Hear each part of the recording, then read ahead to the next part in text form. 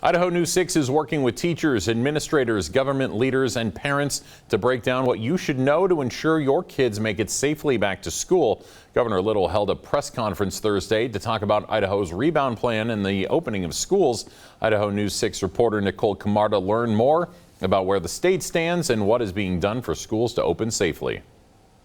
Governor Little says Idaho will remain in stage 4 of the rebound plan for another 2 weeks. He also emphasized the importance of getting students back in the classroom. We are in a much different place now than we were in March. Our economy is open.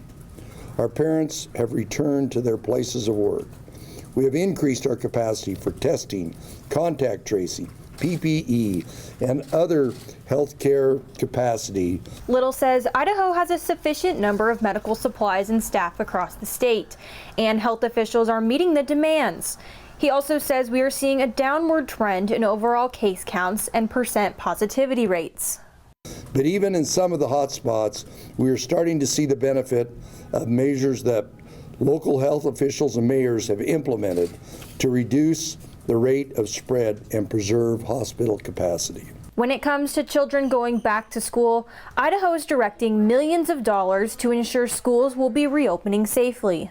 $10 million for additional masks and cleaning supplies, $48 million to help bridge the digital divide, $21 million towards testing staff, $3 million to increase testing turnaround time, and another $3 million for pharmacies out in rural areas where a majority of school districts are located.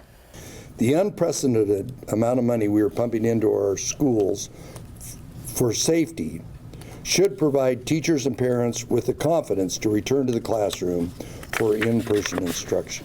The Idaho State Board of Education says school looks different depending on where you are in the state, but each district is making public health and safety their top priority. We have the same priority, we as in the State Board of Education, of getting students connected with their teachers in the most practical and safe way possible.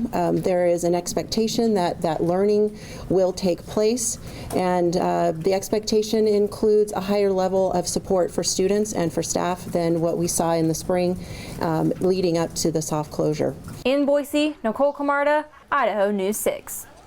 As Debbie Critchfield mentioned, each school district will look different since they all have different reopening plans.